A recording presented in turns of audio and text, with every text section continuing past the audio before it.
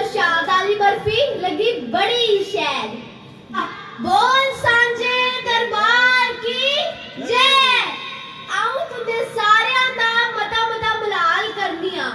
मेरा नाम काशवी सिंह है ते अज मैं हीना महाजन ਨੂੰ लिखी गई कविता जम्मू दी चिड़ी सुनान लगी आ।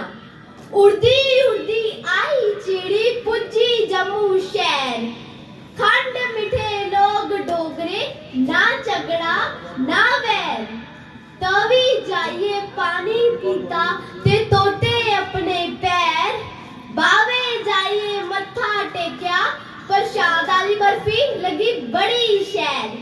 दिखिए बाहू फोर्ट दा नजारा ते उथों दी चहल पहल, राजे ते अमर महल दी वखरी है डैल। कित्ती मैटाडोर दी सवारी ते पुजी गई रघुनाथ बाजार, जम्मू दी मशहूर चीज़ां लभियां उथे हजार, टक्की चढ़िए गई ऊपर ते खादी कचालू चाट, फिर राजे रानी दे महल दी दिखी उन्हें ठाठ। मंदिरां दे शहर घुमी कामिए पुजी गई जना, ठंडी ठंडी हवा उथों दी ते उथे दे नजारे लाजवाब। आखदी मैं इथे दी चिड़ी मैं इथे ही रौना, जम्मूए बाहर जाई